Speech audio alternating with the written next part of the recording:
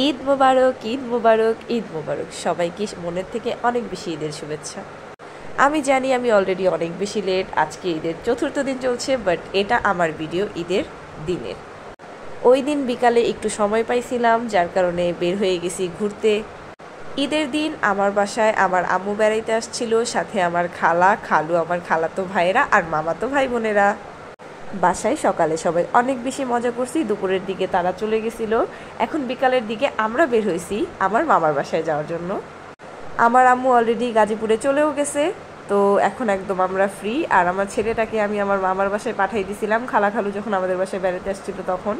আর আমার ছেলেটা নাকি কান্না করতেছিল, যার কারণে আমরা অনেক বেশি স্পিডে হেঁটে চলে যাচ্ছিলাম আমার ছেলের কাছে। আর বারবার বলতেছিলাম যে আমার ছেলে কান্না করছে, আমার ছেলে কান্না করছে, তাড়াতাড়ি চলো, তাড়াতাড়ি চলো। মাঝখান দিয়ে একটু ফ্রি যেহেতু ছিলাম আর কি, যেহেতু হাঁটতে বের হয়েছি, ঘুরতে বের হয়েছি আমার ছেলের বাবার সাথে, তো একটু ছবি তুলবো না তা কি হয়। তো অনেকগুলো ছবিও তুলছিলাম, এগুলো আপনাদের সাথে আমি লাস্টের দিকে শেয়ার করব। তো যেটা করছিলাম আর কি, এই দেখেন উনি ছবি তুলছিল, আমিও ছবি তুলতে যাচ্ছিলাম, বাট একটা জিআইএফ হয়ে গেছে, ওইটা আমি আর কাটি নাই, ওইটা আমি ভিডিওতে অ্যাড করে দিছি। আর দেখতেই পাচ্ছেন মাই লাভলি হাজব্যান্ড কফি কালারের একটা শার্ট পরছে। তার কাছে কফি কালারের শার্ট ছিল না, মানে এটা আমার থেকে সে শিখছে, ঠিক আছে।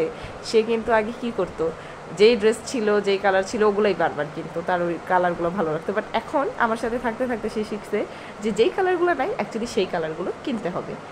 আর বকর বকর করতে করতে চলে এসে পড়েছি আমার মামার বাসায়। আর মামার বাসায় দেখতেই পাচ্ছেন এখানে আমার খালা একটু অসুস্থ, এটা হয়তো আপনারা দেখে বুঝতেই পারছেন। বাট আমার খালা খুবই হ্যাপি লিভিং একটা পার্সন, এটা আপনারা দেখলেই বুঝতে পারবেন, তার মনটা খুবই পরিষ্কার। আর এখানে সোফায় বসে আমরা একটু মানে ফটো করছিলাম, ফটো নেওয়ার চেষ্টা করতেছিলাম, আর একটু ভিডিও করে নিছি ফাঁকা দিয়ে। খালাকে বলছি আমি তোমারটা ফেসবুকে ছাড়বো, তুমি দেখো। খালা অনেক খুশি হয়েছে। আর এখানে আমার হাজব্যান্ড, তাকে আমি বলছি একটু ক্যামেরাতে ফোকাস করতে, কারণ সে কি জানি একটা বলতেছিল, আমার নামে বদনাম করতেছিল, বুঝছেন গাইস। এই কারণে আমি টুক করে ভিডিওটা রেখে দিছি, এটার রিলসে আমি দেওয়ার চেষ্টা করব। এখানে আমার বোনকেও বললাম যে আয় আমরা একটু ছবি তুলি। তো বারবার যেদিকেই ক্যামেরা ঘুরাইতেছিলাম শুধু ছায়া পড়তেছিল, তো এদিকে ছায়া পড়তেছিল না। আর দেখেন কি দুষ্টু, চোখগুলারে কীভাবে ঘুরাচ্ছিল। পরে আমি একটু মাস্কটা খুলে দিছি, এখন দেখেন অনেক সুন্দর লাগছে আমার কিউট একটা মাশাআল্লাহ বোন। তো ঈদের দিনটা অনেক বেশি আনন্দ করলাম। আপনাদের সবার ঈদ কেমন কাটলো অবশ্যই কমেন্ট করে জানাবেন। আর আমি লাস্টে দিয়ে আপনাদের অবশ্যই ছবিগুলো দেখাবো। এখানে জানি কি আমরা কথা বলতেছিলাম আমার নিজেরও মনে নাই গাইস, বাট হ্যাঁ এটাই বলতেছিলাম মেবি যে তানিশার থেকে আমাকে বেশি সুন্দর লাগছে, তাই না গাইস? অবশ্যই জানাবেন।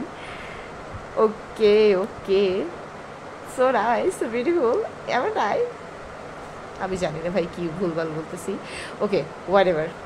এখানে আমার ছেলে আমার ছবি খারাপ করার জন্য অলওয়েজ রেডি থাকে, যদি অনেক সুন্দর সুন্দর ছবিও তুলছি। এই যে এটা যখন আমরা যাচ্ছিলাম তখন অনেকগুলো ছবি তুলছিলাম, ওটার মধ্যে থেকে একটা। আর ঈদে মেহেদি দিব না তা কি হয়, অনেক চেষ্টার পর। আমি অত সুন্দর করে মেহেদি দিতে পারি না, তো যেরকম পারতাম ওই রকমই দিছি, মোটামুটি হয়েছে আর কি, একদম খারাপ না। আর এখানে আমার মাশাআল্লাহ ছেলেটাকে ঈদের পাঞ্জাবি, জুতা, টুপি কেমন লাগছে সবাই জানাবেন।